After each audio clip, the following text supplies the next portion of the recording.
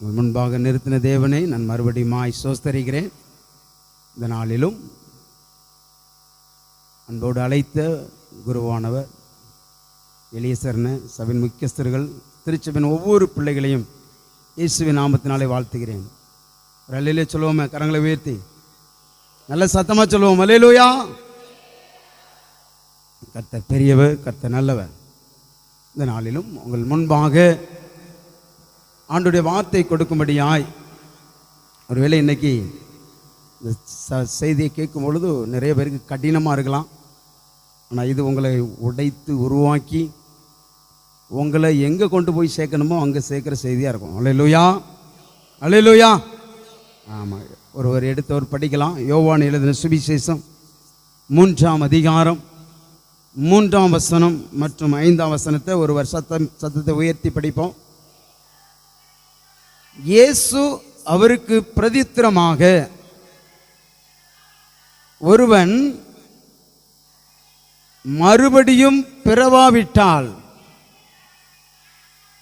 தேவனுடைய ராஜ்யத்தை காண மாட்டான் என்று மெய்யாகவே மெய்யாகவே உனக்கு சொல்லுகிறேன் என்றார். இயேசு பிரதித்திரமாக, ஒருவன் ஜலத்தினாலும் ஆவியினாலும் பிறவாவிட்டால் தேவனுடைய ராஜ்யத்தில் பிரவேசிக்க மாட்டான் என்று மெய்யாகவே மெய்யாகவே உனக்கு சொல்லுகிறேன் என்றார். அல்லேலூயா. ஒரு ஆழமான ஒரு சத்தியம். இயேசு யூதருக்கு அதிகாரியாகிய போதகனாக இருந்து நிருகோதேமுகிட்ட இயேசு சொல்கிற ஒரு வார்த்தை என்ன சொல்கிறாரு? ஒருவன் மறுபடி பிறக்கலை அப்படின்னா அவன் எங்கே போக முடியாதான்? தேவனுடைய ராஜ்யத்துக்குள்ளே பிரவேசிக்கவும் முடியாது. ஜலத்தினாலும் ஆவினாலும் பிறவாவிட்டால் தேவனுடைய ராஜ்யத்தை என்ன பண்ண முடியாதான்? பார்க்கவும் முடியாது, பிரவேசிக்கவும் முடியாது. வேதம் அதைத்தான் சொல்லுது. பெரிய ஊழியக்காரனாகிய மோசே 6 லட்சம் புருஷர்களை நடத்தினார். எகிப்து தேசத்தில் இருந்து செங்கடலை 2ஆய் ஆண்டவர் பிளந்து ஆண்டுடைய பெரிய அடையாளங்களை அற்புதங்களின் வழியாய் இஸ்ரவேல் ஜனங்கள் 6 லட்சம் புருஷர்களை நடத்தி வனாந்தரத்தில் கொண்டு வந்து நிறுத்தி, அங்கே ஏசப்பா சொன்ன ஒரே ஒரு வார்த்தைக்கு கீழ்ப்படியலை. கானான பார்க்க முடிஞ்சது, உள்ளே போக முடியல. யாருக்கு? பெரிய ஆண்டோடைய ஊழியக்காரன், ஆண்டவரால் பயன்படுத்தப்பட்ட ஊழியக்காரர் மோசே. அவர் மூலமாய் ஆண்டவர் நியாயப்பிரமாணத்தை எல்லாம் கொடுத்தார். 10 கற்பலைகளை கொடுத்தார், கட்டளைகளை கொடுத்தார். அப்படிப்பட்ட ஊழியரை என்ன பண்ண முடியல? கானானுக்குள்ள போக முடியல. ஆனால் பார்த்தார்.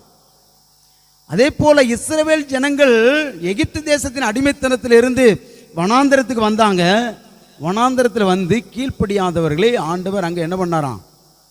அழித்து போட்டார். எகிப்திலிருந்து வந்த 2 பேர் தான் கானானுக்குள்ளே போனாங்க, காலேப்பும் யோசுவாவும். 6 லட்சம் புருஷரில் எத்தனை பேர் தேர்னாங்க? கானானுக்குள்ளே போகும்போது 2 பேர் தான் போனாங்க. இன்னைக்கு சபைக்குள்ளே நிறைய பேர் இருக்கிறோம். வேதம் சொல்லுகிறது, அழைக்கப்பட்டவர்கள் அநேகர், தெரிந்து கொள்ளப்பட்டவர் சிலர். வேதம் இங்கே நம்மளை பார்த்து சொல்லுகிறது, நீங்களும் நானும் இந்த உலகத்தின் இந்த சபையின் சட்டத்திட்டத்தின்படி நாம் இயேசப்பா நம்மளுடைய கையில கொடுத்த வேதத்தின் படி நீங்களும் நானும் மனம் திரும்பி இருக்கிறோம். அதுக்கு அடையாளமான ஞானஸ்தானம் எடுத்திருக்கிறோம். இயேசுடைய போதனைகளை கை கொண்டு பின்பற்றுகிறது போல நம்ம வந்து ஆலயத்தில் உட்கார்ந்துருக்கிறோம். அதை பின்பற்றுறோமா அப்படின்னா கேள்விக்குறி.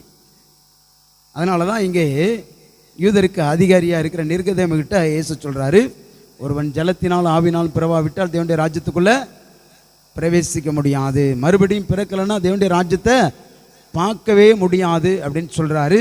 தேவனுடைய ராஜ்யம்னா என்ன, மறுபடி பிறக்கிற அனுபவம்னா என்ன அப்படிங்கிறத இன்னைக்கு கொஞ்சம் ஆழமாக ஒரு 2 தலைப்பின் கீழே நம்ம பார்க்கலாம். கொலோசியர் எழுதின புஸ்தகம் 3ஆம் அதிகாரம் 1-2 வசனத்தை ஒருவர் சத்தத்தை உயர்த்தி படிங்க. கொலோசியருக்கு எழுதின நிருபம் 3ஆம் அதிகாரம் 1-2 வசனம். நீங்கள் கிறிஸ்துவுடனே கூட எழுந்ததுண்டானால் கிறிஸ்து தேவனுடைய வலது பார்சத்தில் வீற்றிருக்கும் இடத்தில் உள்ள மேலானவைகளை தேடுங்கள். பூமிக்குள்ளவைகளை அல்ல, மேலானவைகளையே நாடுங்கள். அல்லேலூயா, அல்லேலூயா. கொலோசியர் நிருபத்திற்கு பவுல் எழுதும்போது சொல்றாரு, நீங்கள் கிறிஸ்துவுடனே கூட எழுந்ததுண்டானால் கிறிஸ்து தேவனுடைய வலது பார்சத்தில் வீற்றிருக்கும் இடத்தில் உள்ள மேலானவைகளை தேடுங்கள், பூமிக்குரியவைகளை அல்ல, மேலானவைகளையே நாடுங்கள் அப்படின்னு சொல்றாரு. அப்படின்னா எங்க கிறிஸ்துவோடு கூட எழுந்தோம்? யாராவது சொல்ல முடியுமா? கிறிஸ்துவோடு கூட எந்த இடத்துல எழுந்தோம் அப்படின்னு யாராவது சொல்லலாமா? வேதம் அப்படிதான் சொல்லுது. நீங்கள் கிறிஸ்துவுடன் கூட எழுந்ததுண்டானால், நீங்க எங்க விழுந்தீங்க? எழுந்திருக்கிறதுக்கு தெரியலையா? ஒரு ஆதி திருச்சபை உங்க சபை குறித்து வரலாறு 199 வருடங்களுக்கு முன்பாய் உங்க சபை இந்த பகுதியில் ஒரு 4 சபை குறித்து வரலாறு சொல்லியிருக்கு. 199 வருஷம் முன்னாடி. ஒன்று கோவிந்தபுரி, இன்னொன்று நெடுவலை, இன்னொன்று ஓடகரை, இன்னொன்று கரிசல். இந்த 4 கிராமத்தில் கிட்டத்தட்ட 199 வருடங்களுக்கு முன்பாய் மிஷனரி வந்தாங்க, ரேணிசையா அப்படின்னு சொல்லி சரித்திரம் சொல்லுது, புஸ்தகத்தில் எழுதியிருக்கிறாங்க. அந்த சபையிலே கேள்வி கேட்டால் பதில் சொல்ல முடியாமல் இருக்கிறீங்க. அல்லேலூயா, அல்லேலூயா. வேதம் சொல்லுகிறது, என்ன சொல்லுகிறது? நீங்கள் கிறிஸ்துவுடனே கூட எழுந்ததுண்டானால் கிறிஸ்து தேவனுடைய வலது பார்சத்தில் வீற்றிருக்கும் இடத்தில் உள்ள மேலானவைகளை தேடுங்கள். பரலோகத்துக்கு போனது இன்னும் ஒருவரும் போகல, இயேசு மட்டும்தான் போயிருக்கிறாரு. அல்லேலூயா. பிதாவுடைய வலது பார்சத்தில் இன்னைக்கு வீற்றிருக்கிறது இயேசு ஒருவர் தான். அவர் ஒரே பேரான குமாரன். அவருக்கு முன்னாடி எதுவுமே படைக்கப்படலை, இயேசுவுக்கு முன்பாக எதுவுமே படைக்கப்படலை. இயேசு தான் எல்லாவற்றையும் உருவாக்கி இருக்கிறார், எல்லாவற்றையும் படைத்திருக்கிறார். பங்கு பங்காகவும் வகை வகைக்காகவும் தீர்க்க தரிசிகளுக்கு திருவலம் பற்றின தேவன் இந்த கடைசி காலங்களிலே பிதாவை கொண்டு உலகங்களை தேவனுடைய குமாரனாகிய இயேசுவை கொண்டு உலகங்களை உண்டாக்கினார். பிதாவாகிய தேவன் உருவாக்கின குமாரனாகிய இயேசு என்னதான் உலகங்களை உண்டாக்கினார். நம்ம பார்க்குற ஒரு பூமி தான் பார்க்குறோம். ஆகாயத்தில் இன்னும் எத்தனையோ காரியங்கள் என்ன பண்ணி சுற்றிக்கிட்டே இருக்குது. இதெல்லாம் இயேசு உண்டாக்கினது. அவரைத்தான் நீங்களும் நானும் ஆராதிக்கிறோம். அவர் தான் சொல்றாரு, எந்த இடத்துல இருந்து எந்திரிச்சிங்க தெரியுமா?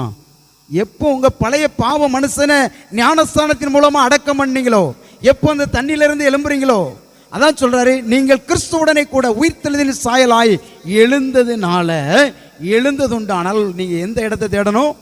ஏசப்பா பிதாவுடைய வலது பார்சத்தில் இருக்கிற இடத்தை தேடணும். அல்லேலூயா, அல்லேலூயா. இன்னைக்கு ஆலயத்துக்கு வருகிற சில பெண்கள், சில ஆண்கள் அப்படியே சென்டரில் மட்டும் இருப்பாங்க. நான் எங்கள் ஆலயத்துக்கு போனோம்னா சென்டரில் தான் இருப்பேன், சைடில் ஓரமாக போகவே மாட்டேன். அந்த இடத்த தான் தேடுவேன், எங்கே கேப்பு கிடைக்குது அப்படின்னு தேடுவேன். அதே போல் சில அம்மா மாதிரி செவுத்து ஓரமாக சாயண்ணி தேடுவாங்க. ஆனால் நம்ம எதை தேடணுமா? ஏசப்பா பிதாவுடைய வலது பார்சத்தில் உட்கார்ந்து இருக்கிறாரு.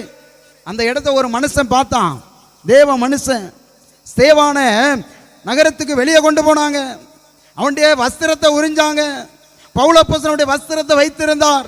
அந்த ஸ்தேவான கல்லறிஞ்சு கொலை செய்ய போனாங்க. கல்லறிஞ்சு கொலை செய்யும் பொழுது அந்த கல்லறிய வந்தவங்களெல்லாம் பார்த்து மன்னியும் அப்படின்னு சொன்னான். வானத்தில் அவனுக்கு ஒரு காட்சி காணப்பட்டது.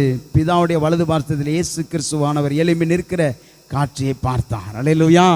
அப்படின்னா அந்த இரத்த சாட்சியாக ஸ்தேவான் பரலோகத்துக்கு பங்குள்ள பாத்திரமாய் மாறிவிட்டான். அல்லேலூயா.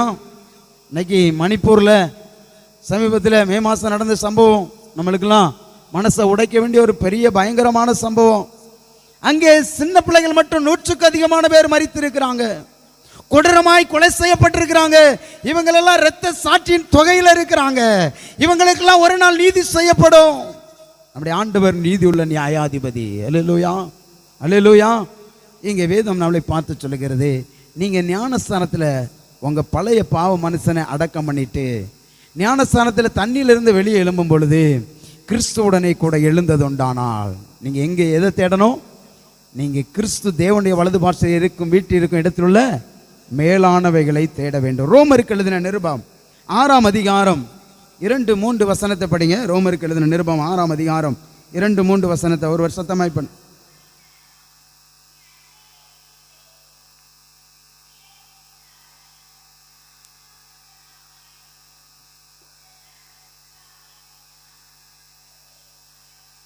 பாவத்துக்கு மரித்த நான் இனி அதில் எப்படி பிழைப்போம்? கிறிஸ்து இயேசுவுக்குள்ளாய் ஞானஸ்தானம் பெற்ற நாம் அனைவரும் அவருடைய மரணத்துக்குள்ளான ஞானஸ்தானத்தை பெற்றதை அறியாமல் இருக்கிறீர்களா? ஞானஸ்தானம் ஒன்று இன்னைக்கு கல்யாணத்துக்கு ஞானஸ்தானம் எடுக்கிறாங்க. ஏதாவது நம்மளுக்கு நல்ல விஷயம் நடக்குன்னா ஞானஸ்தானம் பெரிய பங்கு. நம்முடைய சபைக்கு கிறிஸ்தவர்களுக்கு ஞானஸ்தானம் பெரிய பங்கு. அதுக்கப்புறம் பாவம் செய்ய முடியாது. இன்னைக்கு நிறைய பேர் பண்ற தப்பு என்ன தெரியுமா? இந்த ஞானஸ்தானம் பெற்றதுக்கு அப்புறம் பழைய வாழ்க்கையை தொடர்றது தான் பெரிய தப்பு. அதான் இங்கே அழகாக சொல்லப்பட்டிருக்கிறது, பாவத்துக்கு மரித்த நான் இன்னும் அதில் எப்படி பிழைப்பேன். அல்லேலூயா, அல்லேலூயா. பாவத்துக்கு மரிச்சனா அதில் எப்படி பிழைப்பேன் அப்படிங்கிறதுக்கு சரியான விளக்கம் என்னன்னா, பழைய பாவ மனுஷன் பழைய பாவ பழக்கத்தை நம்ம செஞ்சிட்டோம்னா பாவத்துக்கு உயிரடைஞ்சிட்டோன்னு அர்த்தம். பாவத்துக்கு மரித்த நான் அதில் எப்படி பிழைக்க முடியும்? இயேசுவோடைய இரத்தத்தினாலே கழுவப்பட்ட நான் எப்படி மறுபடியும் பாவத்தை செய்ய முடியும்? அவருடைய மரணத்துக்குள்ளான ஞானஸ்தானத்தை பெற்றிருக்கிறீங்க, நீ உங்களுக்கு ஞானம் இல்லையோ அப்படின்னு சொல்லி இங்கே சொல்லுகிறான். 3, 4, 5, 6 வருஷம் படிங்க. மறுபடியும் எப்படி படிங்க, மேலும் 4 இருந்து படிங்க. மேலும் பிதாவின் மகிமையினாலே கிறிஸ்து மரித்தோர்ந்து எழுப்பப்பட்டது போல நாமும் புதிதான ஜீவனுள்ளவர்களாய் நடந்து அவருடைய மரணத்துக்குள்ளான ஞானஸ்தானத்தினாலே கிறிஸ்துவுடனே கூட அடக்கம் பண்ணப்பட்டோம். அல்லேலூயா. ஞானஸ்தானம் பெறும் பொழுது சொல்லுவாங்க, ஞானஸ்தானம் பெற்றவங்களாம் கொஞ்சம் கை தூக்கி அல்லேலூயா சொல்லுங்களேன். நல்ல சத்தமாக தான் சொல்லுங்களேன். எல்லாரும் ஞானஸ்தானம் பெற்றிருப்பீங்களா? ஆமாம். ஞானஸ்தானம் கிறிஸ்துவுடைய மரணத்துக்கு அடையாளம். பழைய பாவ மனுஷனை ஞானஸ்தானத்தின் மூலமாக அடக்கம் பண்ணிட்டோம். அதுதான் சரியான சத்தியம். இது எது தெரியுமா? இதுதான் அடிப்படை சத்தியம். இதுதான் அஸ்திபாரம். ஞானஸ்தானம் தான் அஸ்திபாரம், ஞானஸ்தானம் தான் அடிப்படை. இந்த சத்தியத்தில் இன்னைக்கு நிறைய பேர் நிற்க முடியல, பின்னாடி போயிட்டாங்க. ஞானஸ்தானத்துக்கு முன்னாடி வாழ்க்கை எப்படி இருந்துச்சு? அடிமைத்தனத்துக்குள்ள, காரியர்களுக்குள்ள, உளையான சேற்றுக்குள்ள தன்னுடைய வாழ்க்கை எப்படி இருந்தால் அங்கே போயிட்டாங்க இன்னைக்கு நிறைய பேர். அதனால தான் ஆண்டவர் உங்களுடைய ஜெபத்தை அங்கீகரிக்க முடியல. அதனால தான் நீங்கள் ஜெபம் பண்ணுற ஜெபத்துக்கு பதில் வர முடியல. காரணம் நம்ம தான். அதனால தான் பிரச்சனை. ஏசப்பாவுடைய உண்மையான பிள்ளைகளாக நீங்களும் நானும் இருப்போம் என்று சொன்னால் நம்முடைய ஜெபத்திற்கு பதில் வரும். ஆண்டவர் பெரிய மாற்றத்தை நம்முடைய வாழ்க்கையில கொடுக்க வல்லமை உள்ளவராக இருக்கிறார். அப்படியே தொடர்ந்து படிங்க, 5 இருந்து படிங்க. ஆதலால் அவருடைய மரணத்தின் சாயலிலே நாம் இணைக்கப்பட்டவர்களாய் ஆனால் அவருடைய உயிர்த்தெழுதலின் சாயலிலும் இணைக்கப்பட்டிருப்போம். அல்லேலூயா. மரணத்தின் சாயல் என்னது? பாவ மனுஷன். உயிர்த்தெழுதலின் சாயல் என்னது? மகிமையின் இயேசு. இயேசு மரணமடைவதற்கு முன்பாக பூட்டின அறைக்குள்ள போகல. இயேசு உயிர் திறந்ததுக்கு அப்புறம் பூட்டின அறைக்குள்ள வந்தாரு. சீசர்கள் பயந்திருந்தாங்க, பூட்டின அறைக்குள்ள வந்தார் மகிமையின் இயேசு. அல்லேலூயா. இந்த மகிமையின் இயேசுவை தான் பேதுரு அப்போஸ்தலன், யோவான் அப்போஸ்தலன், இன்னுமாக பவுல் அப்போஸ்தலன் இந்த உயிர் திறந்த இயேசுவை குறித்து பலமாய் சாட்சி கொடுத்தாங்க. படிப்பறிவு இல்லாத பேதமைகள். அல்லேலூயா, அல்லேலூயா. பேதுரு அப்போஸ்தலன் அவர் இயேசு கிறிஸ்து மரணத்தின் அந்த நேரங்களிலே அவர் என்ன பண்ணார்? சேவல் கூவதுக்கு முன்னாடி 3 முறை மறுதலிச்சாரு. ஆனா இந்த பேதுரு அப்போஸ்தலன் இயேசப்பாவுடைய உயிர்த்தெழுதலுக்கு அப்புறம், அவருக்குள்ளே பரிசுத்த ஆவியானவர் ஊற்றப்பட்டதுக்கு அப்புறம் தைரியம் வந்தது. அவர்களுக்குள்ளே ஆவியின் வைராக்கியம் வந்தது. அவர்களுக்குள்ளே வேத ஞானம் வந்தது. அவர்கள் என்ன பண்ணாங்க? வேதபாரகர்கள், பரிசேயர்கள், சதுசேயர்கள், இப்படிப்பட்ட மோசமான ஜனங்களுக்கு முன்பாய் தைரியமாய் நின்றார்கள். சிறைச்சாலைக்குள்ளே கொண்டு போகப்பட்டார்கள். ஆண்டவருடைய வல்லமையை பலமாய் நிரூபித்து காண்பித்தார்கள். அல்லேலூயா. உயிர்த்தெழுந்த இயேசுவை இந்த நாளிலே பிரசங்கிக்கிற கூட்டம் அநேகம் இல்லை. உயிர்த்தெழுந்த இயேசுடைய சாயலில் நீங்களும் நானும் இணைக்கப்பட்டிருப்போம் என்று சொன்னார் நம்முடைய ஜெபத்திற்கு பதில் உண்டு. அல்லேலூயா, அல்லேலூயா. மரணத்தின் சாயலில் இணைக்கப்பட்டிருந்தால் தான் உயிர்த்தெழுதின் சாயலில் இணைக்கப்பட முடியும். நம்ம மரணத்தின் சாயலில் இன்னைக்கு அந்த மரணத்தின் சாயலுக்கு வந்துட்டு அப்படியே பின்னாடி போயிட்டோம், ஆண்டவரை விட்டு தூரம் போயிட்டோம். அதனால தான் நம்ம வீட்டில் நீதிமானுடைய வீட்டில் ரட்சிப்பின் சொல்லுங்கள் எம்பியரே சத்தம் உண்டாயிருக்கும். சாயங்காலம் 5 மணிக்கு, 6 மணிக்கு, 8 மணிக்கு உங்கள் வீட்டு ஓரமாக வந்தால் ஹெச்பின் கம்பீர சத்தம் வருதா, வீட்டில் நாடகம் சத்தம் வருதான்னு பார்த்தா தான் தெரியும் நீங்கள் மனம் திரும்பி இருக்கீங்களா இல்லையான்னு அதுவே காமிச்சு கொடுக்கும். உங்கள் வீட்டிலேருந்து வெளியே இருந்து பார்த்தாலே தெரிஞ்சிடும் இந்த நபர் மனம் திரும்பி இருக்கிறா இல்லையா, இது ஆண்டோடைய பிள்ளையா, இல்லை ஆண்டவர் தள்ளி கீழே தள்ளி ஒரு சேனையா கீழே கூட்டிகிட்டு வந்தான் அவனுடைய பிள்ளையா அப்படின்னு தெரியும். அல்லேலூயா, அல்லேலூயா. நான் சொல்கிறது சில பேருக்கு கடினமாக தான் இருக்கும், ஆனால் இது பரலோகத்துக்கு நேராக உங்களை நடத்தும். இதுதான் சத்தியம். அல்லேலூயா. நீங்கள் விரும்பினாலும் விரும்பாவிட்டாலும் ஒரு காரியம் நடந்தே ஆகும். அப்படியே படிங்க. நாம் இனி பாவத்துக்கு ஊழியம் செய்யாதபடிக்கு பாவ சரீரம் ஒளிந்து போகும் பொருட்டாக நம்முடைய பழைய மனுஷன் அவரோடு கூட சிலுவையில் அறையப்பட்டதென்று அறிந்திருக்கிறோம். மரித்தவன் பாவத்துக்கு நீங்கி விடுதலையாக்கப்பட்டு இருக்கிறானே, ஆகையால் கிறிஸ்துவுடனே கூட நாம் மரித்தோமானால் அவரோடு கூட பிழைத்தும் இருப்போம் என்று நம்பி இருக்கிறோம். அல்லேலூயா, அல்லேலூயா. கிறிஸ்துவோடு கூட மரிக்கணும்னா பழைய பாவ மனுஷனை கொன்னுடணும், அடக்கம் பண்ணிடணும், தோண்டி எடுக்கக்கூடாது. இப்போ உதாரணத்துக்கு ஒரு ஆள் மரித்து போயிட்டார், அவரை எதுக்கு அடக்கம் பண்ணுறாங்க? அவர் வீட்டில் வச்சுருந்தா என்ன நடக்கும்? வேறு யாரும் அங்கே இருக்க முடியாது, சரீரத்தில் என்ன வந்துடும்? நாற்றம் வந்துடும். அதுக்காக தான் அடக்கம் பண்ணுறோம். இல்லை எங்கள் அப்பா எனக்கு ரொம்ப பிடிக்கும், எங்கள் அம்மா எனக்கு ரொம்ப பிடிக்கும், என் மனைவி பிடிக்கும், என் கணவன் பிடிக்கும், என் பிள்ளை பிடிக்கும்னு வீட்டில் வச்சுட்டு இருக்க முடியாது. அல்லேலூயா. அதே போல் பழைய பாவ மனுஷனை அடக்கம் பண்ணிட்டு தோன்றுனா, பிரேதத்தை உள்ள வச்சுட்டு தோன்றுனா எப்படி நாற்றம் எடுக்குமோ அதே போல் நாற்றம் எடுக்கும். இதுதான் வேதம் சொல்லுது. பழைய பாவ மனுஷனை அடக்கம் பண்ணலைன்னா உங்கள் வாழ்க்கை ஆண்டோடைய பார்வையில் நாற்றமான வாழ்க்கை அப்படின்னு ஆண்டவர் பார்க்கிறான். அல்லேலூயா, அல்லேலூயா. அடுத்த வசனத்துக்கு நேரம் போவோம். மத்தேயு 3ஆம் அதிகாரம் 11ஆம் வசனத்தை ஒருவர் படிங்க. மத்தேயு எழுதின சுவிசேஷம் 3ஆம் அதிகாரம் 11ஆம் வசனம்.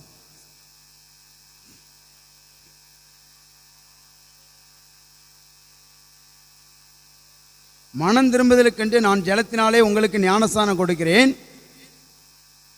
படிங்க. எனக்கு பின் வருகிறவரோ என்னிலும் வல்லவராயிருக்கிறார், அவருடைய பாதரட்சை சுமக்கிறதற்கு நான் பாத்திரன் அல்ல. அவர் பரிசுத்த ஆவினாலும் அக்கினியினாலும் உங்களுக்கு ஞானஸ்நானம் கொடுப்பார். கிறிஸ்தவ வாழ்க்கை இன்னைக்கு ஏன் தெரியுமா ஜீவனுள்ள வெற்றியுள்ள வாழ்க்கை வாழலை அப்படிங்கிறதுக்கு ஒரு பெரிய ரீசன். என்ன ரீசன் அப்படின்னா, ஞானஸ்நானம் பெற்றுட்டோம், பரிசுத்தாவே பெற்றுக்கொள்ளலை. அல்லேலூயா. அதுதான் பிரச்சனை. பரிசுத்தாவை பெற்றுக்கொள்ளாததான் கிறிஸ்தவ வாழ்க்கையில் பெரிய பிரச்சனை. அதுக்காக பாயை கிழிக்கண்டான், அதுக்காக துள்ளி குதிச்சு என்ன பண்ணனா அந்த இடத்த அமர்க்கலப்படுத்தண்டான். பரிசுத்தாவே நமக்குள்ளே வரும்பொழுது நமக்குள்ள ஒரு பலன் வரும். போலீஸுக்கு காக்கி சட்டையை போட்டவுடனே அவனுக்கு ஒரு தனி கம்பீரம் வரும். ஊழியக்காரனுக்கு அவனுடைய ட்ரெஸ்ஸை போடும் பொழுது ஒரு கம்பீரம் வரும். அதே போல ஒரு கிறிஸ்தவன், உண்மையான கிறிஸ்தவனுக்கு பரிசுத்த ஆவியானுடைய உன்னத பலன் அவனுக்குள்ள வரும் பொழுது அவனுடைய பலவீனங்கள்லாம் மாறி அவனுக்குள்ள ஒரு புது பலன் உண்டாகும். அதுதான் தேவனுடைய ராஜ்யம். அல்லேலூயா. எத்தனை பேருக்கு தெரியும்னு தெரியல. அதான் சொல்றாரு, முதலாவது தேவனுடைய ராஜ்யத்தை அவருடைய நீதியும் தேடுங்கள், அப்பொழுது இவைகள் எல்லாம் உங்களுக்கு கூட கொடுக்கப்படும். இயேசு சொல்றாரு, இயேசு சீசர்களுக்கு கற்றுக் கொடுக்கிறாரு. உயிர் திறந்த இயேசு சீசர்களுக்கு கற்றுக் கொடுக்கிறாரு. என்ன கற்றுக் கொடுக்கிறாரு? மனம் திரும்புங்கள், பரலோக ராஜ்யம் சமீபித்திருக்கிறது. அல்லேலூயா. பரலோக ராஜ்யத்தை குறித்து அதிகமாய் பிரசங்கிக்கப்படவில்லை இன்னைக்கு சபைகளில். நீங்க வேணா பாருங்க, உங்க சர்ச்சில் எடுத்து பாருங்க. உங்க சர்ச்சில் ஜனவரி மாசத்துலேருந்து டிசம்பர் வரை அப்படியே நீங்க குறிப்பு எடுத்து பாருங்க. பரலோக ராஜ்யத்தை குறித்து எத்தனை பேர் பேசியிருக்காங்கன்னு தெரிஞ்சிடும். அல்லேலூயா. நீங்களும் நானும் இந்த பூமியில பாருங்க, படிக்கிறதுக்கு ஒரு லிமிட் இருக்குது. டாக்டர் படிக்கணும் 5 வருஷம், டீச்சர் படிக்கணும் அதுக்கு இத்தனை வருஷம் கணக்கு இருக்குது. ஆனால் தாய் நம்முடைய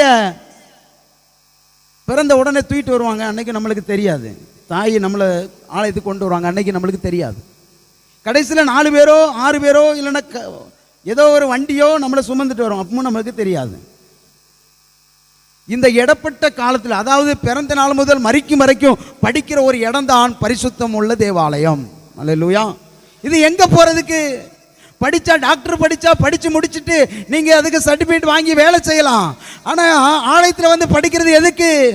அழியாத வாழ்க்கை, நித்தியமாய் சந்தோஷமான வாழ்க்கை வாழ்றதுக்கு இங்க வந்து படிக்க வந்திருக்கிறோம். அல்லேலூயா. அப்போ நம்ம இஷ்டம் போல வாழ முடியாது. மற்றவன் வாழ்ற மாதிரி நம்ம வாழ முடியாது. மற்றவன் நடக்கிற மாதிரி நடக்க முடியாது. மற்றவன் பேசுறது போல பேச முடியாது. இதுதான் கிறிஸ்தவ வாழ்க்கையே ரகசியம். அல்லேலூயா. கிறிஸ்துவின் அன்பு உங்களை அநேக தியாகம் பண்ண வைக்கும். என்னதெல்லாம் தியாகம் பண்ணலாம்? உங்க ட்ரெஸ்ஸில் ஒரு மாற்றம் வந்துடும், உங்க நடையிலேயே மாற்றம் வந்துடும், உங்க பேச்சில் ஒரு மாற்றம் வந்துடும், உங்க வீட்டில் நீங்க என்னென்ன வார்த்தை பயன்படுத்துறீங்க எல்லாம் மாற்றம் வந்துடும். பிள்ளைகளிடத்தில் எப்படி நடந்துக்கிடணும்? வீட்டில் முதல்ல டிவி பெட்டிக்கு ஒரு பேர் நாங்கள் வச்சுருக்கோம், பிரேத குழி. அது நேர நம்மளுக்கு டிக்கெட் வாங்கி எங்கே கொண்டு போவோம்? நரகத்துக்கு கொண்டு போயிடும். அது பிசாசானவன் தந்திரமாய் வலையில சிக்க வைக்கிற பெரிய ஆயுதம். எனக்கு நிறைய பேருக்கு தெரியல. இன்னும் ஒரு ஆயுதம் இருக்குது, நம்ம கையில் இருக்கிற மொபைல். அது பயங்கரமான பொல்லாத ஆயுதம், பிசாசுடைய ஆயுதம். உங்க பிள்ளை கையில் கொடுத்து பாருங்க, தெரியும்.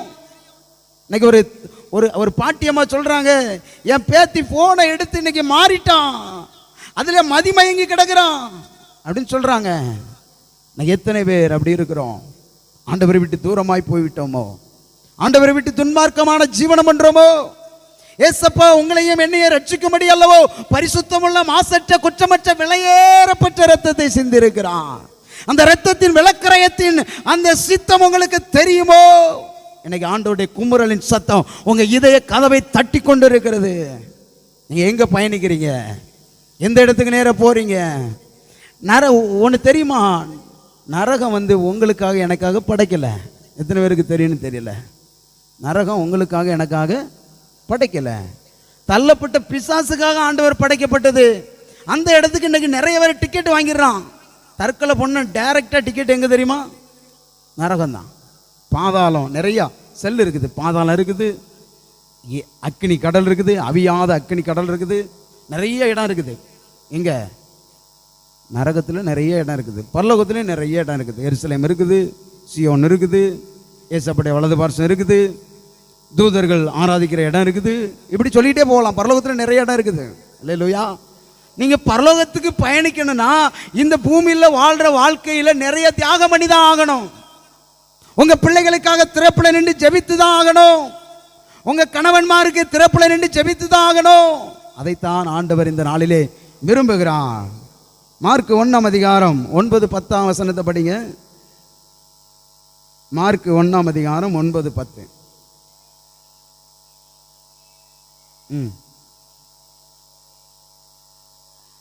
யோர்தான் நதியில் யோவான் ஸ்நானகனால் ஞானஸ்தானம் பெற்றார். இயேசு ஞானஸ்தானம் பெற்றார். அப்போஸ்தலர் 9:18 எடுங்க.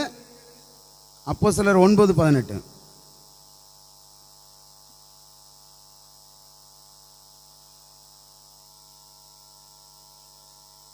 உடனே அவன் கண்ணிலிருந்து மீன் செதில்கள் போன்றவைகள் விழுந்தது.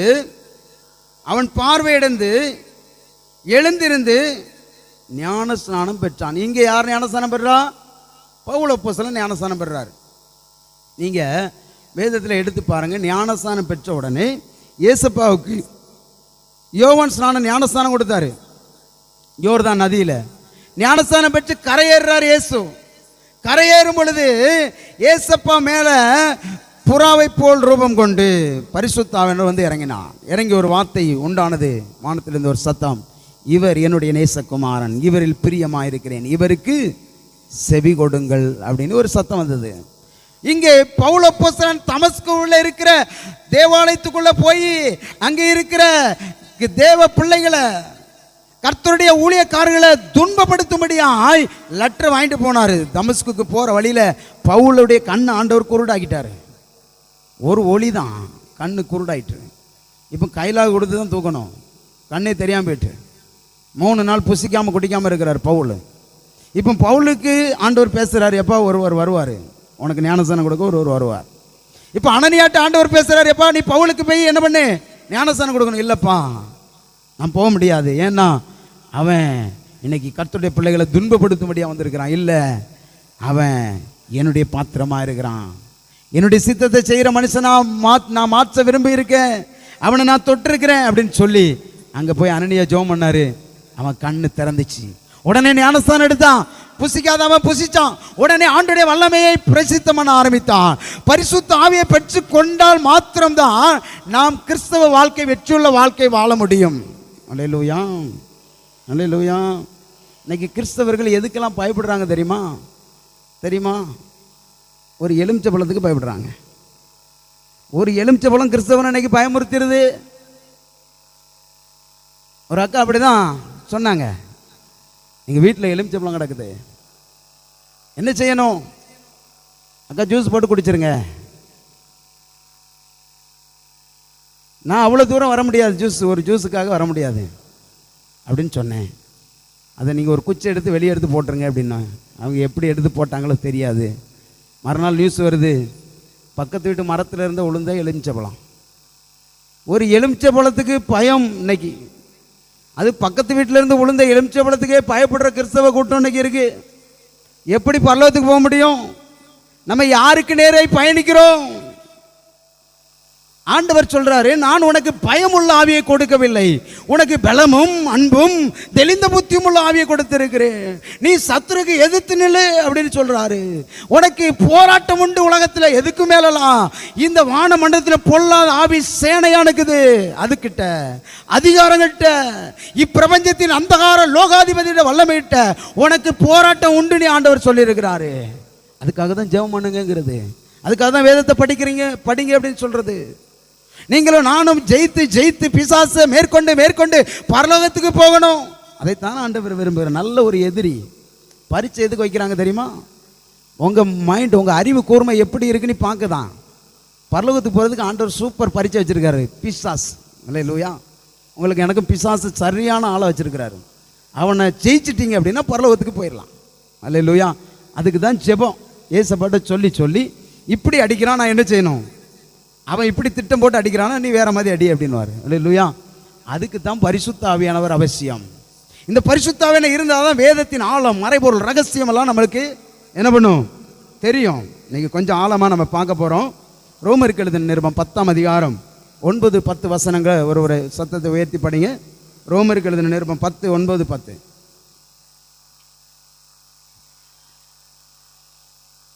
என்னவென்றால், கர்த்தராகிய இயேசு கிறிஸ்துவை உன் வாயினாலே அறிக்கையிட்டு தேவன் அவரை மரித்தோரிலிருந்து எழுப்பினார் என்று உன் இருதயத்திலே விசுவாசித்தால் ரட்சிக்கப்படுவாய். நீதி உண்டாக இருதயத்திலே விசுவாசிக்கப்படும், ரட்சிப்பு உண்டாக வாயினாலே அறிக்கை பண்ணப்படும். அல்லேலூயா. ஒரு மனுஷன் ரட்சிக்கப்படணும்னா ஆண்டவரை தொழுது கொள்றவன் ரட்சிக்கப்படுவான் இருக்கு. அதே அதிகாரத்தில் இருக்கு. இங்க என்ன சொல்றதுன்னா, கர்த்தராகிய இயேசு கிறிஸ்துவை பிதாவாகிய தேவன் உயிரோடு எழுப்பினார்னு யாரெல்லாம் இருதயத்தில் விசுவாசிக்கிறாங்களோ அவங்க ரட்சிக்கப்பட்டவங்க அப்படின்னு வேதம் சொல்லுது. அல்லேலூயா, அல்லேலூயா. அப்போ நம்ம விசுவாசிக்கணும். எப்படி விசுவாசிக்கணும்? இயேசுவை பிதாவாகிய தேவன் மரித்தோரிலிருந்து எழுப்பினார், இன்றைக்கும் இயேசு உயிரோடு இருக்கிறாருங்கிற விசுவாசம் உங்களுக்கும் எனக்கும் இருந்தால் மாத்திரம்தான் நம்ம ரட்சிக்கப்பட முடியும். இன்னைக்கு நிறைய பேருக்கு ரட்சிக்கப்படுறதே எப்படின்னு தெரியல. அதுக்கு தான் வேதத்தை படிக்கணும். வேதத்தை படித்தா அந்த வேதம் உங்களை உருவாக்க ஆரம்பிக்கும். அந்த வேதம் உங்களை வெளிச்சத்தின் பாதையிலேயே நடத்தும். பிசாசை மேற்கொள்ளுகிற அதிகாரத்தை கொடுக்கும். 2010ஆம் ஆண்டில் ஒரு நாள் என்னுடைய தாயார் மரண அவஸ்தை, பிசாசின் போராட்டத்தின் உச்சக்கட்டம். திடீர்னு ஓலை சத்தம் போட்டுருவாங்க. ஐயோ, நான் இப்போ மரித்து போவேன். எங்கள் தாய் தகப்பனுக்கு 6 பிள்ளைகள், நான் 2வது. போல சத்தம் போட்ட உடனே பிள்ளைகள் நாங்கள்லாம் எழும்பிடுவோம். எங்கள் அம்மாவை சுற்றி உட்கார்ந்து அழுவோம். நான் இப்பொழுதும் மரித்து போவேன் அப்படின்வாங்க. அப்போது அந்த இரவு நேரத்தில் ஒரு அக்காவை கூப்பிட்டு ஜெபம் பண்ணோம் 2010. அந்த அக்கா ஒரு தீர்க்கதரிசனம் சொன்னாங்க, உங்கள் வீட்டில் ஜெபம் இல்லை. மறுநாள் இன்னொரு அக்காட்ட ஜெபம் பண்ண கூப்பிட்டு போனேன். அந்த அக்கா சொன்னாங்க, உங்கள் வீட்டில் ஜெபம் இல்லை. அன்றைக்கி ஜெபம் பண்ண ஆரம்பித்தோம் குடும்பமாக. நைட்டு 12 மணிலேருந்து 1 மணி வரை 7 நாள் ஜெபம் பண்ண ஆரம்பித்தோம். முதல் நாள் ஜெபம் பண்ணோம். 2ஆம் நாள் ஜெபம் பண்ணும் பொழுது வேதத்தை எடுத்து என்னுடைய அம்மாவுடைய தலையில் வைத்தேன். ஒரு வார்த்தை சொன்னாங்க, என் தலை எரியுதுன்னாங்க. அப்படியே நெஞ்சுக்கு வந்துடும். நெஞ்சில் வேதத்தை வச்சா வயிற்றுக்கு வந்துடும், வயிற்றுக்கு வச்சா காலுக்கு வந்துடும், காலில் வேதத்தை வச்சா அப்படியே மறுபடியும் தலைக்கு வந்துடும். இந்த ஆவி சொன்னது, இவளை கொல்லாமல் போக மாட்டேன்னு சொன்னிச்சு. எந்த ஊழியக்காரனுக்கெல்லாம் மொபைல் மூலமா ஜெபம் பண்ண முடியுமோ போன்ல ஜெபம் பண்ணியாச்சு. வீட்டில் சில ஊழியர்கள் வந்து ஜெபம் பண்ணாங்க, ஒரு கிரியே நடக்கல. குடும்பமா கதறோம். நானும் என்னுடைய தகப்பனாரும் என்னுடைய 3 தம்பிகளும் என்னுடைய தங்கச்சி எங்க அக்கா எல்லாருமா சேர்ந்து தேவ சமூகத்தில் ஒரு மரண வீட்டின் ஓல சத்தம் எப்படி இருக்குமோ அப்படி தேவ சமூகத்தில் கதற, ஆண்டவரே இந்த கிராமத்தில் எங்களை வெட்கப்படுத்தினாதையோ ஆண்டவரே, என்னுடைய அம்மாவுடைய ஜீவன் வேண்டும் என்று சொல்லி ஒரு மரண வீட்டில் அழுகையின் சத்தம் எப்படி இருக்குமோ அவனமா இரவு நேரத்தில் தேவ சமூகத்தில் கதறுகிறோம். ஒரு நாள் ஆனது, 2 நாள் ஆனது, பிசாசு வெளிப்பட்டது. 3ஆம் நாள் போன பிசாசு இதுவரைக்கும் வரல. அல்லேலூயா, அல்லேலூயா. ஆண்டவர் சொல்றாரு, விசுவாசம் உள்ள ஜெபம் பிணியாளிகளை ரட்சிக்கும். ஆண்டவர் நம்மளுக்கு பரிசுத்த ஆவியை எதுக்கு கொடுத்திருக்கிறாரு? பிசாசை ஜெயிக்கும்படியாய், வேதத்தின் மறைபொருள்களை அறிந்து கொள்ளும்படியாய் பரிசுத்த ஆவியானவர் கொடுத்திருக்கிறார். அதான் தேவனுடைய ராஜ்யம். பரிசுத்த ஆவியானது தேவனுடைய ராஜ்யம். அதுக்கு வசனத்தின் ஆழத்தில் உங்களுக்கு காண்பித்து கொடுக்கிறேன் பாருங்க, தெரியும். எபேசியர்கள் நிருபம் 4ஆம் அதிகாரம் 22 இருந்து படிங்க. எபேசியர்கள் நிருபம் 4ஆம் அதிகாரம் 22ஆம் வசனத்தை படிங்க.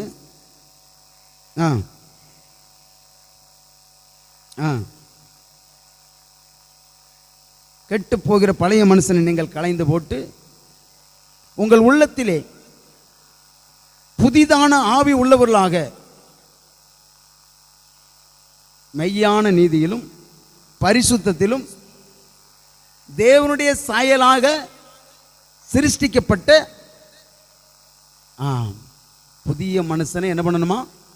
தரித்து கொள்ளணுமா? மெய்யான நீதியிலும் பரிசுத்தத்திலும் தேவனுடைய சாயலாய் உருவாக்கப்பட்ட பரிசுத்த ஆவியினால தான் நம்ம அதெல்லாம் பெற்றுக்கொள்ள முடியும். மெய்யான நீதி, புதிய மனுஷன், தேவனுடைய சாயல் அவனுக்குள்ள வந்துடும். அதனால தான் பாட்டு மட்டும் படிப்போம். எவ்வளோ அழகா படிப்போம்.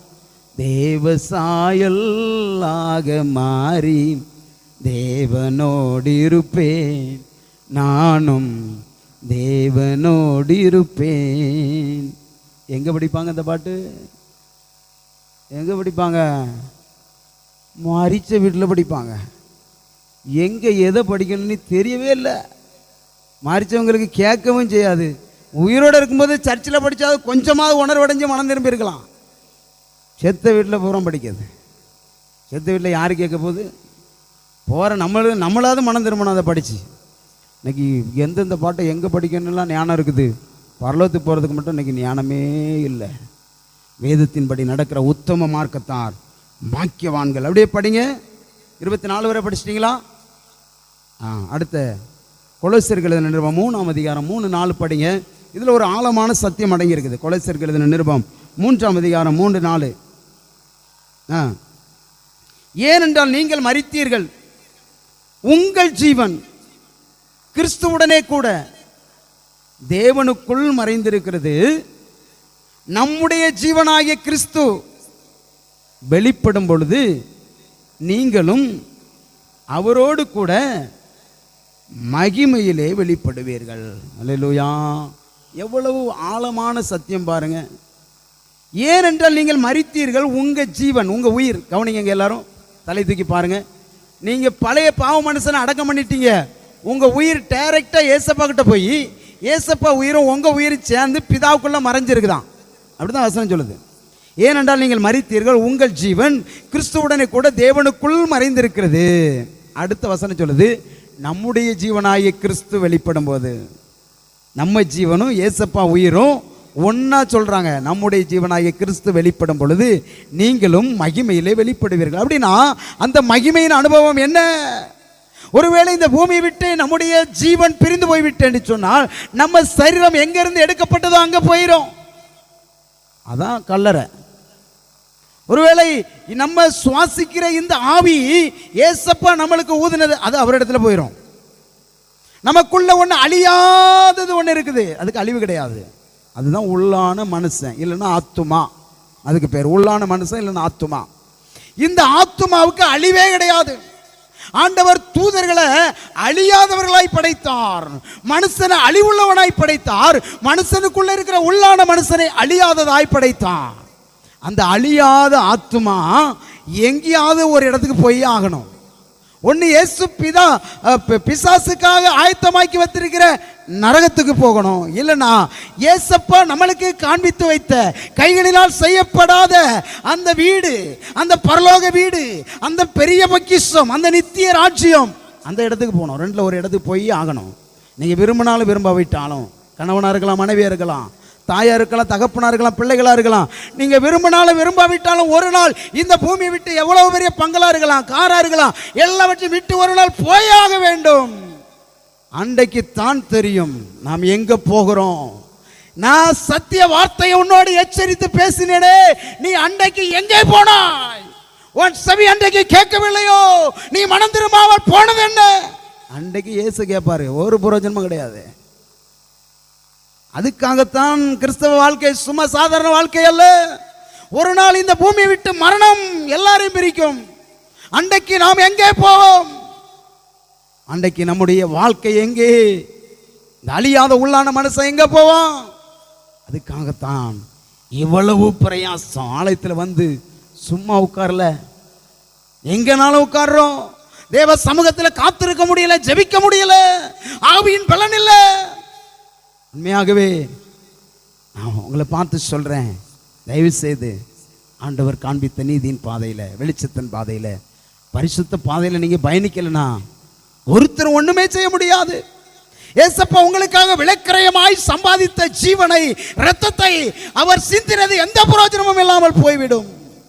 அதுக்காகத்தான் சிற்றின்பம் வேண்டாம், அதுக்காக தான் மோக இச்சை வேண்டாம், அசுத்தம் வேண்டாம், இப்படிப்பட்ட நாடகம் வேண்டாம் அப்படின்னு சொல்றோம். சும்மா சொல்லல. ஒரு நாள் நீங்கள் நான் நிர்கதியாய் நின்று விடக்கூடாது. பிசாசுடைய சாம்ராஜ்யத்துக்கு நீங்களும் நான் போய்விடக்கூடாது. ஏசப்பா காண்பித்து, ஏசப்பா நம்மளுக்காக ஆயத்தமாக்கி வைத்திருக்கிற நித்திய ராஜ்யத்தை சுதந்திரித்துக் கொள்ளுகிற பிள்ளைகளாய் மாற வேண்டும். அதான் சொல்றாரு, ஏனென்றால் நீங்கள் மரித்தீர்கள், உங்கள் ஜீவன் கிறிஸ்துவோட கூட தேவனுக்குள் மறைந்திருக்கிறது. நம்முடைய கிறிஸ்துவாகிய தேவன் வெளிப்படும் பொழுது நீங்களும் மகிமையிலே வெளிப்படுவீர்கள். எப்படி வெளிப்படுவீர்கள்? நீங்கள் கல்லறையில் இருந்து அங்கே இருந்து இயேசுவுடைய சத்தம் கேட்கும் பொழுது மறுரூபம் ஆவீங்க. ஒருவேளை உயிரோடு இருந்தீங்கன்னா ஒரு செகண்டில், ஒரு இமைப்பொழுதுல அப்படியே மறுரூபம் ஆகி போவீங்க. அல்லேலூயா. அப்போ என்ன ஒரு வாழ்க்கை தெரியுமா? கிறிஸ்தவ வாழ்க்கை. நான் செத்தாலும் ஏசப்பட்ட போயிடுவேன், நான் உயிரோடு இருந்தாலும் ஏசப்பட்ட போயிடுவேன். அல்லேலூயா. ஒரு ஊழியக்காரர் இப்படியா சொல்லுவார், அழகா சொல்லுவார், ரொம்ப ஆக்ரோஷமாக பேசுவார், கன்வென்ஷன் கூடுகையில் பேசுவார். அப்போ சொல்லுவார், அங்கே இருக்கிற ஜனங்கள்லாம் என்னை சுற்றுவாங்கன்னு சொல்கிறாங்க, என்னை சுட்டா நான் அப்பா கூட போயிடுவேன். ஒருவேளை என்னை எவனாவது சுடாமல் விட்டுட்டான்னா அப்பா என் கூட இருப்பார். அல்லேலூயா. இதுதான் கிறிஸ்தவ வாழ்க்கை. ஏசப்பா நம்ம கூட இருக்கிறது தான் கிறிஸ்தவ வாழ்க்கை. அவர் சொல்றாரு, நீங்கள் இந்த சரீரத்தை தேவனாலே பெற்றும் உங்களிலும் தங்கி இருக்கிற பரிசுத்த ஆவியானவருடைய ஆலயமாய் இருக்கிறீர்கள் என்றும் நீங்கள் உங்களுடையவர்கள் அல்ல என்றும் அறியீர்களா? நம்ம நம்முடையவர்கள் அல்ல தெரியுமா? இதை நம்ம போதை வஸ்துக்கள் போட்டு அழிக்கிறதுக்கு நம்முடைய சரீரம் நம்முடையது அல்ல. அது ஒரு வாடகை வீடு, அதுல ஒரு உள்ளான மனுஷன் தங்குறான். இந்த வாடகை வீடு ஒரு நாள் உடைக்கப்படும், இந்த போர்வை ஒரு நாள் களையப்படும், இந்த பூமியை விட்டு ஒரு நாள் பறிக்கப்படும். அன்றைக்கு நம்முடைய நிலை எப்படி இருக்கும்? அதுதான் இன்னைக்கு சபையில் இந்த சத்தியம் தான் இல்லை, கடினமாக தான் இருக்கும் கேட்கறதுக்கு. ஆனால் மரணம் அடைஞ்ச பிறகு தான் தெரியும். அந்த சரீரம் அதை அசைய முடியாது, அது அப்படியே கிடக்கும். மரணித்தவங்களை நம்ம பார்த்துருப்போம். அந்த சரீரத்தை விட்டு இந்த உள்ளான மனுஷன் வெளியே வருவான். வெளியே வந்து எல்லாரும் அழுறதை பார்ப்பான். எல்லாரும் அழுறதை பார்க்க முடியும். அந்த ஆத்மாவால் இந்த உள்ளான மனுஷனால பார்க்க முடியும். அந்த ஆத்மா பார்க்கும். அந்த ஆத்மா அந்த சரீரத்துக்குள்ள போக முயற்சி பண்ணும், அதனால போக முடியாது. ஏன்னா ஆண்டவர் கொடுத்த டைம், நேரம், செகண்ட் எல்லாம் முடிஞ்சிட்டு இல்லை. அந்த ஆத்மா சொல்லும், ஒரே ஒரு செகண்ட் கொடுங்க, ஒரே ஒரு சான்ஸ் கொடுங்க, ஒரே ஒரு நிமிடம் கொடுங்க, நான் அந்த சரீரத்துக்குள்ள போய் பாவரிக்க மட்டும் வந்துடுறேன். முடியாது, டைம் முடிஞ்சு. உண்மையாகவே அந்த சூழ்நிலையெல்லாம் யோசித்து பாருங்க. மனுஷன் சாதாரண மனுஷனை ஆண்டவர் உருவாக்கல, அப்படியே கரத்தினால உங்களையும் என்னையும் படைத்திருக்கிறான். நமக்குள்ள ஒரு ஆத்மா இருக்குது, விலை மதிக்க முடியாது. அதனால தான் ஏசப்பா விலையேறப்பட்டதும் மாசற்றதும் குற்றமற்ற அந்த பரிசுத்தமுள்ள ரத்தத்தை உங்களுக்காக சிந்திருக்கிறார். தெய்வமே மனுஷனாய் இறங்கி வந்தார். எப்படி வந்தார்? பிள்ளைகள் மாம்சத்தையும் இரத்தத்தையும் உடையவர்களாக இருக்க அவரும் அவர்களைப் போல மாம்சத்தையும் இரத்தத்தையும் உடையவரானார். ஏன்? மரணத்துக்கு அதிகாரியான பிசாசானவனை தமது மரணத்தினாலே அழிக்கும்படி ஜீவகாலமெல்லாம் மரண பயத்தின் அடிமைத்தனத்துக்குள்ளானவர் யாவரையும் விடுதலை பண்ணும்படிக்கு அப்படி ஆனார். இன்னைக்கு மரண பயம் அநேகரை வாட்டி வதைக்கிறது. ரோமருக்கு நிருபம் எடுங்க, 8ஆம் அதிகாரம் 15ஆம் வசனத்தை படிங்க. அந்தபடி திரும்பவும் பயப்படுகிறதற்கு நீங்கள் அடிமைத்தனத்தின் ஆவியை பெறாமல் அப்பா பிதாவே என்று கூப்பிட பண்ணுகிற புத்திர சுவிகாரத்தின் ஆவியை பெற்றீர்கள். அல்லேலூயா, அல்லேலூயா. பயப்படுறதுக்கு நீங்க என்ன ஆவியை பெறல? அடிமைத்தனத்தின் ஆவியை பெறாமல் அப்பா பிதாவே என்று கூப்பிட பண்ணுகிற பிள்ளை என்கிற ஆவியை பெற்றீங்க. பிள்ளை, அந்த ஆவிக்கு பேர் என்னதான்? பிள்ளைங்கிற ஆவியை பெற்றீங்க. அப்படிதான் சொல்லியிருக்கு. ஒரு 100 பேர் இருக்காங்க, ஒரே ட்ரெஸ், உங்கள் பிள்ளைகள்லாம் அதில் இருக்காங்க, ஸ்கூலில் இருக்கிறாங்கன்னு வைங்க. உங்கள் பிள்ளை மட்டும் உங்களை அம்மானி கூப்பிட்டா அவங்களுக்கு தெரியுமா தெரியாதா? எப்படி தெரியும்? என் பிள்ளையோட சத்தம் எனக்கு தெரியும், என் பிள்ளை தான் கூப்பிடுது அப்படின்னு தெரியும். அதே போல பரிசுத்த ஆவியாகிய பிள்ளையை நீங்களும் நானும் பெற்றுக்கொண்டோம் என்று சொன்னால் நம்முடைய ஜெபத்துக்கு உடனே பதில் கிடைக்கும். அல்லேலூயா, அல்லேலூயா. அதுக்காக தான் வேதம் சொல்லுகிறது, அழகா சொல்லுகிறது, நீங்கள் பயப்படுகிறதற்கு அடிமைத்தனத்தின் ஆவியை பெறல, அப்பா பிதாவென்று கூப்பிட பண்ணுகிற புத்திர சுவிகாரத்தின் ஆவியை பெற்றீர்கள். பயப்படுற ஆவி என்ன தெரியுமா? நம்ம மனம் திரும்புறதுக்கு முன்னாடி, ரட்சிக்கப்படுறதுக்கு முன்னாடி இருந்தது தான் பயப்படுற ஆவி. இன்னைக்கு நிறைய பெற்றோர்கள் பிள்ளைகளுக்கு கற்றுக் கொடுக்குறாங்க. எப்போ 12 மணி ஆயிட்டு, 1 மணி ஆயிட்டு, 10 மணி ஆயிட்டு, இந்த ரோட்டில் போகாத. ஏன்? அந்த ரோட்டில் பேய் இருக்கு, இவனுக்குள்ள பெரியவர் இருக்கிறாருங்கிற விசுவாசம் இல்லை, அதில் பேய் இருக்குன்னு விசுவாசம் இருக்கு. ஆனால் வசனம் மட்டும் சொல்லுவாங்க, உலகத்தில் இருப்பவனை காட்டிலும் உங்களுக்குள் இருப்பவர் பெரியவரா இல்லையான்னு ரோட்டில் விட்டு பார்த்தா தெரியும். உங்கள் ஊரில் ஒரு மரணம், ஒருவேளை சாயங்காலம் தான் அடக்கம் பண்ணி இருக்கிறாங்கன்னு வைங்க. ஆமாம், நிறைய டிக்கெட்டுக்கு சர்ச்சுக்கே வராதான் கேள்விப்பட்டேன். ஆமாம், பயம். பயப்படுறவங்க பரலோகத்துக்கு போக முடியாது, வேதம் சொல்லுது. குவாலிஃபிகேஷன் கிடையாது. பயப்படுறவங்க பரலோகத்துக்கு தகுதி உள்ளவர்கள் அல்ல, வேதம் சொல்லுது. அதான் சொல்றாரு, நீ பயப்படுறதுக்கு அடிமைத்தனத்தின் ஆவியை பெறல. நான் சொல்லுவேன், இந்த ரோட்டில் நம்ம போகிறோம், அதில் ஒரு பெரிய பிசாசு இருக்கட்டும், எவ்வளோ பெரிய பிசாசானாலும் இருக்கட்டும், ஆளையை தூக்கி ஒழுங்குற பிசாசானாலும் இருக்கட்டும், இந்த ரோட்டில் போனால் நம்ம போனோம்னா அதுதான் விலகி நிற்கணும். ஏன்னா நமக்குள்ளே இருக்க ஒரு பெரியவர். அல்லேலூயா, அல்லேலூயா. அதான் ஆண்டவர் சொல்றாரு, ரட்சிக்கப்பட்ட ஜனமே உனக்கு ஒப்பானவன் யார்? ஏதோ அழகா சொல்லுது, உனக்கு ஒப்பானவன் ஒருவன் இல்லை. உனக்கு ஒருவன் சூனிய வச்சு அவன் செத்தே போயிடுவான், அவன் உயிரோடு இருக்கவே முடியாது. அந்த ஆவி அவனே போய் காலி பண்ணிடும். அல்லேலூயா. என்ன ஒரு மாதிரியா பாக்கிங்க. உண்மையான கிறிஸ்தவனுக்கு விரோதமாக ஒருவனை எழும முடியாது. ஆண்டவர் சொல்றாரு, என் சித்தம் விருப்பம் இல்லாமல் உன் தலையில் இருக்கிற ஒரு முடி கூட கீழே விழாது. அல்லேலூயா, அல்லேலூயா. அவ்வளவு வல்லமையுள்ள ஆண்டவரை நீங்கள் நானும் ஆராதிக்கிறோம். ஒருவேளை நம்முடைய ஆண்டவர் எப்படி இருக்கிறார்? ஆவியா இருக்கிறார். நம்முடைய ஆண்டவரை தொழுது கொள்கிறோம், ஆவியோடும் உண்மையோடும் தொழுது கொள்ள வேண்டும். இந்த தேவன் என்றென்றைக்கும் உள்ள சதா காலங்கள் நம்முடைய தேவன். இவர் எதுவரைக்கும் நம்மளை நடத்துவார்? மரண பரியந்த நம்மளை நடத்துவார். அப்படிப்பட்ட நல்ல தேவனை தான் நீங்களும் நானும் ஆராதித்து கொண்டிருக்கிறோம். வேதம் அதனால தான் நம்மளை பார்த்து சொல்லுகிறது. இன்னும் நீங்கள் எடுத்தவர்கள் படிக்கலாம். ரோமருக்கு எழுதின நிருபம் 14ஆம் அதிகாரம் 17ஆம் வசனத்தை படிங்க.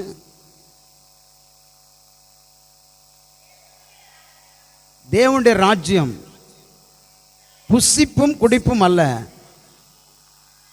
அது நீதியும் சமாதானமும் பரிசுத்த ஆவியினால் உண்டாகும் சந்தோஷமுமாய் இருக்கிறது. தேவனுடைய ராஜ்யம் புசிப்பும் குடிப்பும் இல்ல, அது பரிசுத்த ஆவியினால் உண்டாகுகிற சந்தோஷம். இன்னைக்கு சாப்பாடு போட்டால் கூட்டம் எப்படி கூடும் தெரியுமில்ல? உபவாச கூட்டத்துக்கு பார்த்தா தெரியும். சாப்பாடு உண்டா, கூட்டம் எவ்வளோ கூட்டம் எக்ஸ்ட்ரா வருதுன்னு தெரியும். சாப்பாடு கூட்டம்லாம் பரலத்து போகாது. ஆமாம், சாப்பாடு கூட்டம்லாம் பரலத்து போகவே செய்யாது, எழுதி வச்சுக்கிடுங்க. புசிப்பும் குடிப்பும் தேவனுடைய ராஜ்யம் அல்ல. நமக்குள்ள எவ்வளோ பலவீனம் இருந்தாலும் அந்த பலன் நம்மளை நிற்க வைக்கும், அந்த பலன் நம்மளை நடத்தும். அதுதான் உன்னத பலன், அதுதான் பரிசுத்த ஆவியானவர். அது புசிப்பும் குடிப்பும் அல்ல, அது பரிசுத்த ஆவியினால் உண்டாகிற நீதி, சந்தோஷம், சமாதானம். அல்லேலூயா. இன்னொரு வசனத்தை படிங்க, 1 கொரிந்தியர் 4:20 படிங்க. அதுலேயும் தேவனுடைய ராஜ்யத்தை குறித்து போட்டிருக்கு. 1 கொரிந்தியர் 4:20. தேவனுடைய ராஜ்யம் பேச்சிலே அல்ல, பலத்தில் உண்டாயிருக்கிறது. பேச்சு கிடையாது, வீச்சு. அல்லேலூயா. ஆமாம், சிலவங்க சொல்லுவாங்க, ஒரு பழமொழி சொல்லுவாங்க, அடி உதவுற மாதிரி அண்ணன் தம்பி உதவ மாட்டான்னு ஒரு பழமொழி சொல்லுவாங்க. அதனால் அதே போல தான் இது இருக்குது. தேவனுடைய ராஜ்யம் பேச்சில் இல்லை, செயலில் இருக்குது. அல்லேலூயா. பேச்சில் இல்லை, பலத்தில் இருக்குது. தேவனுடைய ராஜ்யம் பலத்தில் இருக்குது. முழங்கால் போட முடியுமா முடியாதா சொல்லுங்க? 1 மணி நேரம் வீட்டில் முழங்கால் போட்டு ஆலயத்தில் போடலாம்.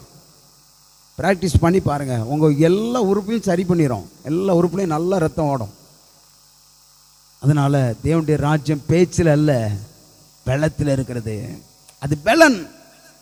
இன்னும் தேவனுடைய ராஜ்யம் எப்படிப்பட்டதுன்னு இன்னும் 2 வசனத்தை நம்ம பார்க்க போகிறோம். 1 கொரிந்தியர் 3ஆம் அதிகாரம் 16-17 வசனத்தை ஒருவர் படிங்க. 1 கொரிந்தியர் 3:16-17. நீங்கள் தேவனுடைய ஆலயமாய் இருக்கிறீர்கள் என்றும் தேவனுடைய ஆவி உங்களில் வாசமாய் இருக்கிறார் என்றும் இருக்கிறீர்களா? ஒருவன் தேவனுடைய ஆலயத்தை கெடுத்தால் அவனை தேவன் கெடுப்பார். தேவனுடைய ஆலயம் பரிசுத்தமாய் இருக்கிறது, நீங்களே அந்த ஆலயம். இந்த ஆலயத்தை போதை வஸ்துகள் போட்டு கெடுக்கக்கூடாது. இந்த ஆலயத்தில் வெளிச்சொன்னி ஒன்று வச்சுருக்காரு, இது கண்ணு. நம்ம சரீரத்துக்கு விளக்கு என்னது? கண்ணு. அதை கெடுக்கிறது. இன்னைக்கு பிள்ளைகள்லாம் பாருங்கள், கண்ணில் கேன்சரில் நிறைய பிள்ளைகள் திருவனந்தபுரம் கேன்சர் சென்டரில் இருக்குது. கண்ணில் கேன்சர், மொபைல் பார்த்து. இன்னைக்கு இது ஆண்டவர் தங்குகிற ஆலயம், இதை கெடுக்கக்கூடாது. இதை கெடுத்த ஆண்டவரே நம்மளை கெடுப்பாராம். அதனால் ரொம்ப கவனமாக இருக்கணும். இன்னொரு வசனத்தை பாருங்கள், மத்தேயு 12:28. அதில் ஒரு ஆழமான ஒரு சத்தியம் இருக்குது. மத்தேயு 12:28.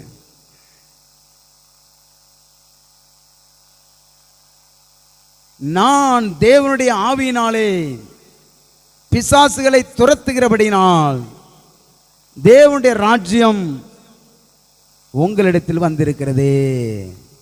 ஏசப்பா தேவனுடைய ஆவியினால பிசாசை துரத்தினாரு. அந்த தேவனுடைய ஆவிதான் என்னதான்? தேவனுடைய ராஜ்யத்தின் பலன், தேவனுடைய ராஜ்யத்தின் அதிகாரம். அதனால தான் பரிசுத்த ஆவியை பெற்றுக்கொள்ளுங்க அப்படின்னது. பெந்தேகோஸ்து நாளில் பரிசுத்த ஆவியானவர் ஊற்றப்பட்டார். கொர்நேலியு வீட்டில் பரிசுத்த ஆவியானவர் ஊற்றப்பட்டார். வசனத்தை கேட்டுக்கொண்டிருந்த யாவர் மேலும் புறஜாதியர் மேல் விருத்த சேதனம் இல்லாதவர்கள் யூதர் அல்லாதவர்கள் மேல் கொர்நேலியு வீட்டில் பரிசுத்த ஆவியானவர் ஊற்றப்பட்டார். இந்த பரிசுத்த ஆவியானவர் இன்னைக்கு சபையில் இல்லாதனால தான் இவ்வளோ பிரச்சனைக்கு கேடு, இவ்வளோ பிரச்சனை. சபையில் மட்டும் பரிசுத்த ஆவியானவர் இருந்தார்னா ஒரு மாந்திரவாதி இந்த பகுதியில் இருக்க முடியாது, நம்மளுக்கு விரோதமாக ஒருவனை எழும்ப முடியாது. அதான் வேதம் சொல்லுது. கடைசியில் ஒரு வசனத்தை சொல்லி நான் முடிக்க வாஞ்சிக்கிறேன். 1 கொரிந்தியர் 2ஆம் அதிகாரம் 9-10 வசனத்தை மட்டும் படிங்க, முடிப்போம். 1 கொரிந்தியர் 2:9-10.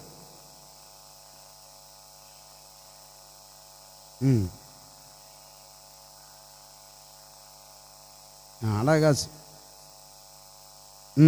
மனுஷனுடைய இருதயத்தில் தோன்றினதும் இல்லை. அழகா வேதம் சொல்லுது பாருங்க. எழுதியிருக்கிறபடி தேவன் தம்மிடத்தில் அன்பு கூறுகிறவர்களுக்கு ஆயத்தம் பண்ணி வைக்கவளை கண் காணவும் இல்லை, காது கேட்கவும் இல்லை, அவைகள் மனுஷனுடைய இருதயத்தில் தோன்றவும் இல்லை. பாருங்க, ஏசப்பா உங்களுக்காக எனக்காக பரலோகத்தில் ஆயத்தமாக்கி வச்சதை கண்ணு பார்க்கல, காதில் கேட்கல, இருதயத்தில் தோன்றலை.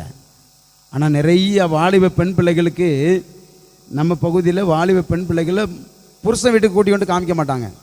இந்த பிள்ளைக்கு சொல்லி சொல்லி பெரிய கோட்டையை கட்டி வைப்பாங்க. அவங்க வீடு இப்படி இருக்குது, அவங்க வீட்டில் தூண் இப்படி இருக்குது, அவங்க வீடு இந்த சைஸில் இருக்குது, இத்தனை அறை இருக்குது, இவ்வளோ பெரிய ஹால் இருக்குது அப்படின்னு சொல்லுவாங்க.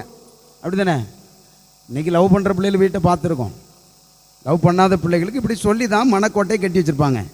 அந்த பிள்ளை மைண்டில் ஒரு என்ன பண்ணும், ஒரு எண்ணத்தை உருவாக்கி வச்சுருக்கோம். அதே போல தான் பரலோகத்தில் உங்களுக்காக எனக்காக ஆண்டவர் வைத்திருக்கிறத கண்ணு பார்க்கல, காது கேட்கல, இருதயத்தில் தோன்றலை. அப்படின்னா ரொம்ப மகிமையா ரொம்ப ஆனந்தமான ஒரு இடத்த உங்களுக்காக எனக்காக ஆண்டவர் ஆயத்தம் பண்ணி வைத்திருக்கிறார். அப்படியே தலைகளை தாழ்த்தி ஜெபிப்போம். பரிசுத்தமுள்ள பரலோகத்தில் இருக்கிற எங்கள் நல்ல பிதாவே, இயேசு கிறிஸ்துவின் நாமத்தினாலே நம்முடைய சமூகத்தை நோக்கி நாங்கள் பார்க்கிறோம். ஆண்டவரே, பரிசுத்த ஆவி ஆண்டவரே, ஆமென் ஆண்டவரே, அது ஹல்லேலூயா நம்முடைய ராஜ்யமாக இருக்கிறது ஆண்டவரே.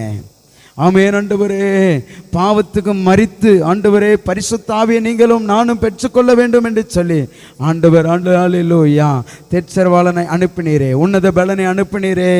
ஆமென். எங்களுடைய ஆண்டவரை தலைமுறை மேல, ஆமென், எங்களுடைய திருச்சபையின் மேல, எங்களுடைய பிள்ளைகள் மேல, வாலிபர்கள் மேல இந்த பரிசுத்த ஆவியானுடைய தேவனுடைய ராஜ்யத்தை பொழிந்தருளுங்க ஆண்டவரே. அப்பா, நாங்கள் தேவனுடைய ராஜ்யத்துக்குள்ளே பிரவேசிக்க வேண்டும். அதுக்கு எங்களுக்கு தகுதியாய் ஆண்டவரே உம்முடைய வார்த்தையும் அப்பா உம்முடைய பரிசுத்த ஆவியானுடைய பலத்தையும் கொடுத்து எங்களை நடத்தும் ஆண்டவரே, எங்களை நடத்தும் ஆண்டவரே. அதற்கு நாங்கள் பாவம் பண்ணாதபடி நாங்கள் தியாகமுள்ள வாழ்க்கை வாழ நீர் எங்களுக்கு உதவி செய்யும், நீர் எங்களுக்கு உதவி செய்யும் ஆண்டவரே. உம்முடைய வேதம் சொல்லுகிறது, புசிப்பும் குடிப்பும் தேவனுடைய ராஜ்யம் அல்ல. ஆமென் ஆண்டவரே, தேவனுடைய ராஜ்யம் பேச்சிலே அல்ல பலத்திலே இருக்கிறதப்பா. ஆமென். நான் தேவனுடைய ஆவியினாலே பிசாசுகளை துரத்துகிறபடினால் தேவனுடைய ராஜ்யம் உங்களிடத்தில் வந்திருக்கிறது. இந்த பரிசுத்த ஆவியானவர் பயத்தை எங்களுக்கு கொடுக்க மாட்டா. பலம் உண்டு, தெளிந்த புத்தி, அறிவு உண்டு ஆண்டவரே. ஆமென் ஆண்டவரே. அப்பா பிதாவே என்று கூப்பிட பண்ணுகிற பிள்ளை என்கிற ஆவியப்பா, இந்த புது பலனை எங்களுக்கு கொடுங்க ஆண்டவரே. எங்க உள்ளான மனுஷன் நாளுக்கு நாள் புதிய மனுஷனாய் மாற வேண்டும் ஆண்டவரே. நீங்கள் மரித்தீர்கள், உங்கள் ஜீவன் கிறிஸ்துவுடனே கூட தேவனுக்குள் மறைந்திருக்கிறது. நம்முடைய ஜீவனாய் கிறிஸ்து வெளிப்படும் பொழுது நீங்களும் மகிமையிலே வெளிப்படுவீர்கள். உயிர் திறந்த இயேசு கிறிஸ்துடைய சாயலிலே இணைக்கப்பட்ட பிள்ளைகளாய், ஆமென், இந்த உலகத்தை ஜெயிக்கிற பிள்ளைகளாய், சாத்தானை ஜெயிக்கிற பிள்ளைகளாய் எங்கள் திருச்சபையின் பிள்ளைகள் ஒவ்வொருவரையும் நீர் மாற்றி, ஆமென், ஒவ்வொருவரையும் உருவாக்கி உம்முடைய நாமத்தை மகிமைப்படுத்துங்க. எங்களை தரை மட்டும் தாழ்த்துகிறோம், வெறுமையாக்குகிறோம். எல்லா துதிக்கான மகிமும் ஒருவருக்கே செலுத்துகிறோம். இயேசு இரட்சகர் மூலமே வேண்டிக் கொள்கிறோம். பரிசுத்தமுள்ள எங்கள் நல்ல பிதாவே, ஆமென், ஆமென்.